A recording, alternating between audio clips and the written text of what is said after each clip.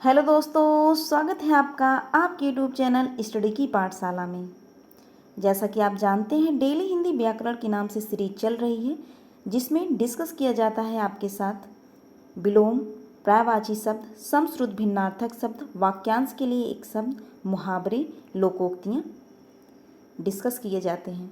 तो उसी के क्रम में बढ़ते हुए आज की क्लास स्टार्ट करते हैं। अगर आप इस चैनल पर नए हैं तो चैनल को सब्सक्राइब कर लीजिए, बेल आइकन को प्रेस कर लीजिए, जिससे आपको अगली वीडियो का नोटिफिकेशन मिल सके। तो आइए आज की क्लास स्टार्ट करें। तो सबसे पहले है विलोम शब्द। तो विलोम शब्द में देखें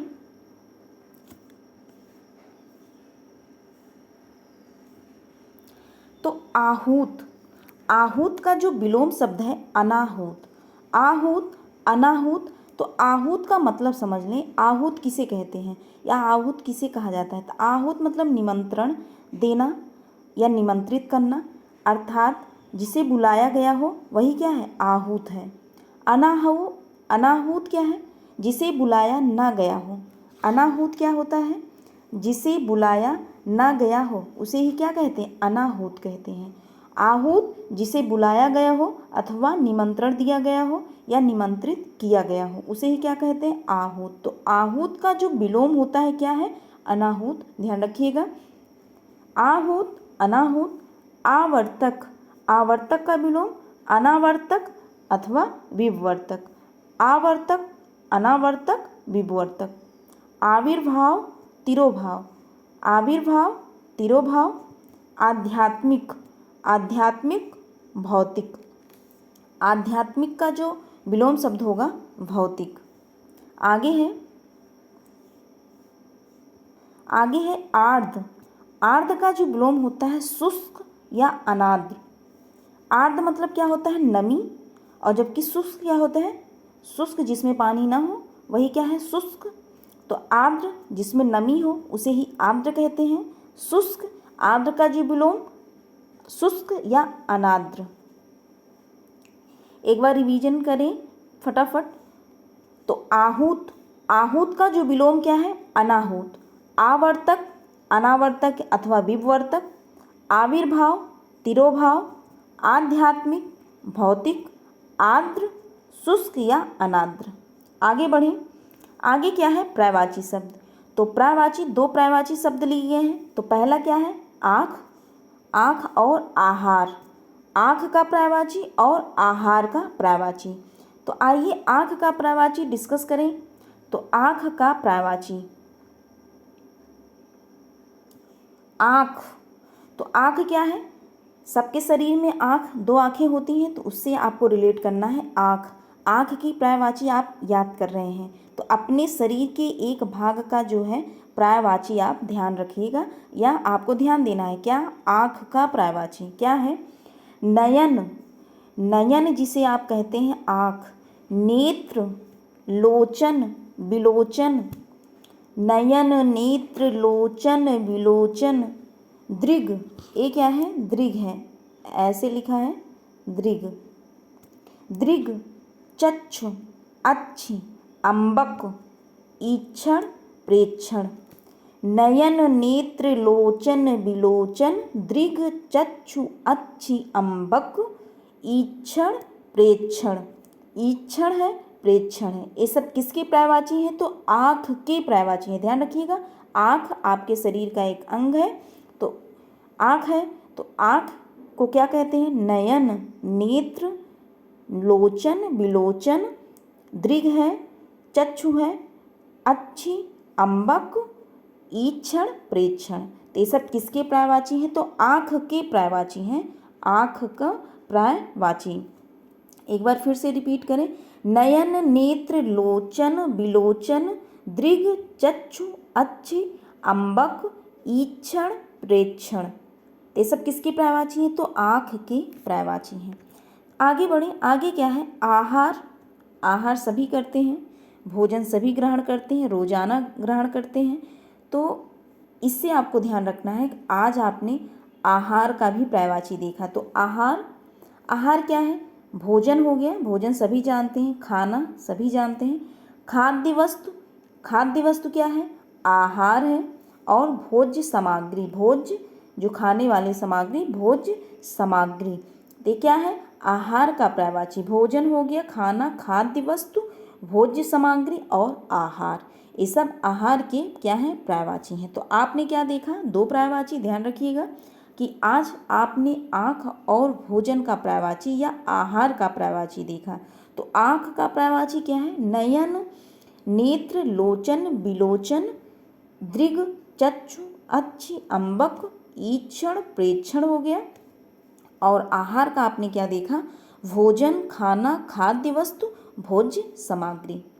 आगे बढ़ें, नेक्स्ट है वाक्यांश के लिए एक शब्द। आइए डिस्कस करें वाक्यांश के लिए एक शब्द। तो वाक्यांश के लिए एक शब्द में सबसे पहले क्या है, अप्रत्याशित। क्या है, अप्रत्याशित। तो अप्रत्याशित क्या है, जिसकी पहले से कोई आशा ना हो, जिसकी पहले से कोई आशा ना हो वही क्या है, अप्रत्याशित। अगर प्रत्याशित होता तो क्या होता, जिसकी पहले से आशा होती वही तो प्रत्याशित होता, लेकिन जिसकी पहले से कोई आशा नहीं है वही क्या है, अप्रत्याशित। क्या है, अप्रत्याशित। कभी आपने ध्यान दिया होगा, जब गांव में वोट पड़ता है, प्रधान का वोट या जिला पंचायत का वोट, तो उसमें क्या लिखा रहता है, अप्रत्याशित लिखा रहता है। तो अप्रत्याशित जो उनका चुनाव चिन्ह होता है उसमें देखेंगे अप्रत्याशित लिखा गया होता है। तो ये क्या है, इसका मतलब क्या है कि उसमें किसी का पहले से कोई आशा नहीं है कि कौन विजेता होगा, कौन प्रधान बनेगा, कौन जिला प्रमुख बनेगा, तो आशा नहीं, इसलिए उसमें क्या लिखा रहता है, अप्रत्याशित लिखा रहता है। तो जिसकी पहले से कोई आशा ना हो वही क्या है, अप्रत्याशित है। अगर प्रत्याशित होता तो क्या होता, जिसकी पहले से आशा होती वही तो प्रत्याशित होता, लेकिन ये क्या है, अप्रत्याशित। ये क्या है, जिसकी पहले से कोई आशा ना हो। आगे क्या है, अभिभावक। तो अभिभावक है जो किसी अल्पवयस्क या अनाथ बच्चे की देख रेख करता हो। क्या है, अभिभावक, हमारे अभिभावक, आपके अभिभावक। तो अभिभावक होता क्या है, वाक्यांश के लिए एक शब्द में, तो जो किसी अल्पवयस्क या अनाथ बच्चे की देख रेख करता हो वही क्या है, अभिभावक है। इसे वाक्यांश के लिए एक शब्द में क्या कहते हैं, अभिभावक। अभेद्य, जो भेदा ना जा सके। अभेद्य क्या है, जो भेदा ना जा सके। अगला क्या है, अलौकिक, जो इस लोक में संभव ना हो वही क्या है, अलौकिक। लौकिक होता जो इस लोक में संभव होता लौकिक, लेकिन ये क्या है, अलौकिक, जो इस लोक में संभव ना हो। एक बार रिपीट करें, अप्रत्याशित, जिसकी पहले से कोई आशा ना हो। अभिभावक, जो किसी अल्पवयस्क या अनाथ बच्चे की देख रेख करता हो। अभेद्य, जो भेदा ना जा सके। अलौकिक, जो इस लोक में संभव ना हो। आगे बात करें समश्रुत भिन्नार्थक शब्द की। तो समश्रुत भिन्नार्थक शब्द, तो सबसे पहले समश्रुत भिन्नार्थक शब्द क्या है, किला। किला, किला क्या है, किला का अर्थ क्या होता है, गढ़ या दुर्ग। आपने सुना होगा लोहागढ़ का किला या लोहागढ़ का दुर्ग, वही क्या है, किला का अर्थ क्या होता है, दुर्ग, जो कि कहाँ है लोहागढ़ का किला, राजस्थान के भरतपुर जिले में। ध्यान रखिएगा, एक किला है, तो किला का अर्थ क्या होता है, गढ़ अथवा दुर्ग। ऐसे आप रिलेट करके, लाल किला, ध्यान रखिएगा, लाल किला, तो लाल किला है, इसे आप गढ़ भी कह सकते हैं, इसका अर्थ क्या होता है, दुर्ग भी होता है। तो इससे रिलेट करके आप ध्यान रखेंगे। आगे क्या है, कीला। कीला का अर्थ क्या होता है, लोहे का नुकीला खूंटा। तो सबके घर में गाय भैंस हो या ना हो, लेकिन जो उनके जिसमें वो बांधे जाते हैं वही क्या है, लोहे का नुकीला खूंटा होता है। तो क्या होता है, कीला होता है। इससे आप रिलेट करके ध्यान रखेंगे। तो कीला और किला, किला क्या है, लाल किला है, लाल किला ध्यान रखिएगा। तो गढ़ दुर्ग इसका अर्थ होता है, और कीला क्या है, कीला है लोहे का नुकीला खूंटा। आगे बात करें कृति। कृति क्या है, कृति है रचना, रचनाएं आप पढ़ते होंगे तो क्या है, कृति है। जबकि कृति क्या है, निपुण, किसी चीज़ में आप निपुण हो तो कृति अथवा पुण्यात्मा। तो आप ध्यान रखिएगा, कृति क्या है, निपुण है, पुण्यात्मा है, जबकि कृति क्या है, रचना है। जैसे जयशंकर प्रसाद की रचना, तो उसे क्या कह सकते हैं, कृति। तो इनकी कृति क्या है या इनकी कृतियाँ, तो ऐसे आप रिलेट करके याद रख सकते हैं। कृति क्या होता है, तो रचना, और कृति क्या है, निपुण और पूर्णात्मा। आगे बात करें, आगे क्या है, कुल और कुल। तो कुल क्या है, वंश खानदान, तो कुल वंश खानदान। और क्या है, कुल, कुल क्या है, किनारा तट। तो आप ऐसे कैसे इसको रिलेट करके याद रखेंगे, कुल, कूल ठंडा, कूल कूल, तो ठंडा ठंडा कूल कूल आप सुने होंगे। तो या आप ऐसे याद रखिए, या आप समझिए कूल, आप कूल कहाँ होते हैं, तो नदी के किनारे, नदी के किनारे या तट पर। तो तट और किनारा कहाँ होता है, तो नदियों में। तो नदियों के किनारे आप क्या करते हैं, आपको क्या फील होता है, कूल, कूल फील होता है। तो ऐसे आप रिलेट करके याद रख सकते हैं, क्योंकि ये क्या होता है, कन्फ्यूजन का कुल और कूल। तो ध्यान से, कुल क्या है, कुल वंश या खानदान होता है, और कूल क्या है, कूल हमें वहाँ प्राप्त होता है कहाँ, नदियों के किनारे, तट पे, और किनारा, किनारा क्या हो गया, कूल हो गया या अथवा तट। तो कूल का अर्थ किनारा तट हो गया, और कुल का वंश खानदान। आगे क्या है, मुहावरा। आइए मुहावरा डिस्कस करें। मुहावरे को, मुहावरा है आग पैदा करना। क्या है, आग पैदा करना, जोशीले भाव पैदा करना। कोई शब्द ऐसा हो जिससे आपको बहुत ऊर्जा मिले कि आप तुरंत कुछ काम करने के लिए तत्पर हो, या किसी की ऐसी कोई बात जो आपको कुछ वर्क करने के लिए तत्पर कर दे, वही क्या है, आग पैदा करना। क्या है, जोशीले भाव पैदा करना। क्या है, जोशीले भाव पैदा करना। आटा दाल का भाव मालूम होना। आटा दाल का भाव मालूम होना का अर्थ क्या है, कष्टों का अनुभव होना। आटा दाल का भाव मालूम होना, कष्टों का अनुभव होना।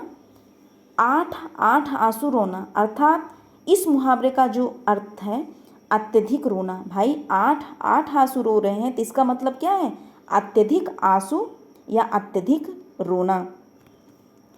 आपस में गांठ पड़ना, मन मुटाव होना। एक दूसरे के बीच में अगर गांठ पड़ जाती है तो कभी मिटती नहीं है, तो वही क्या है, मन मुटाव होना। अगर एक दूसरे के संबंध में मन मुटाव हो गया तो क्या हो गया, कभी मिटता नहीं। तो ये क्या है, आपस में, इसे हम क्या कहेंगे मुहावरे में, आपस में गांठ पड़ना। आगे है आपे से बाहर होना। आपे से बाहर होने का अर्थ, या आपे में न रहना। आपे से बाहर होना या आपे में न रहना, इस मुहावरे का जो अर्थ है, अत्यंत क्रोधित होना। बहुत से लोग तुरंत या तुरंत क्रोधित हो जाते हैं, तो वही क्या है, आपे से बाहर होना, तुरंत बाहर होना, तो क्या है, अत्यंत क्रोधित होना। आबरू उतारना, किसी की आबरू उतारना, क्या है, बेइज्जती करना। बेइज्जती करना, किसी की आबरू उतारना, क्या है, बेइज्जती करना। आइए तुरंत रिपीट करें। तो सबसे पहले क्या, आग पैदा करना। आग पैदा करना का क्या, मुहावरे का अर्थ क्या है, जोशीले भाव पैदा करना। आटा दाल का भाव मालूम होना, अगर घर में पिताजी कुछ ला रहे हैं, अगर आप उसका आटा दाल का भाव मालूम होना, तो क्या है, कष्टों का अनुभव होना, कितने कष्ट से वो आटे और दाल क्या है आ रहे हैं घर में, तो क्या है, कष्टों का अनुभव होना। आठ आठ आंसू रोना, कोई कम बात नहीं, आठ आठ आंसू रो रहे हैं, इसका मतलब अत्यधिक रोना। आपस में गांठ पड़ना, मन मुटाव होना। आगे क्या है, आपे से बाहर होना या आपे में न रहना, अत्यधिक अत्यंत क्रोधित होना। आबरू उतारना, बेइज्जती करना। आगे क्या है, लोकोक्तियाँ। आइए लोकोक्तियाँ डिस्कस करें। तो पहली लोकोक्ति क्या है, आ बैल मुझे मार। आ बैल मुझे मार, कोई कहेगा आ बैल मुझे मार, तो ये क्या है, इसका अर्थ क्या है, तो बिना कारण मुसीबत मोल लेना। बिना कारण मुसीबत मोल लेना, ये क्या है, आ बैल मुझे मार। आम के आम गुठलियों के दाम। आम तो आम मिला, लेकिन उसके जो गुठली है, जो अंदर का पार्ट है, वही उसके भी दाम मिल गए, तो इसका अर्थ क्या है, दोहरा लाभ होना या सभी प्रकार से लाभ होना। आम आम तो आम मिला, लेकिन क्या, गुठलियों के भी दाम मिल गए।